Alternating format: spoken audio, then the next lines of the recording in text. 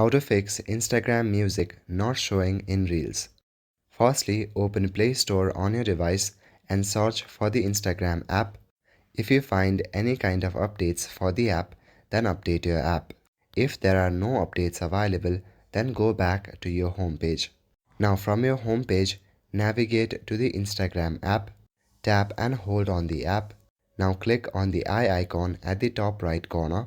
You will land to your app info of Instagram. Click on the option Storage and select Clear Cache at the bottom right corner. Now open Instagram on your device. Go to your profile section on Instagram. Click on the three-line icon at the top right corner.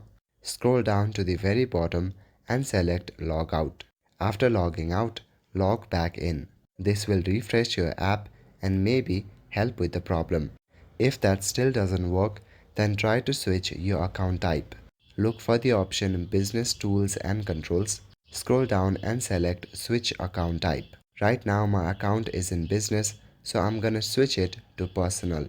Click on Switch to Personal Account, and just like that, my account has been switched to personal account. Go back to your Reel section and check if the problem has been fixed or not. Before doing that, make sure to give your device a quick restart. That's all for today. Thank you.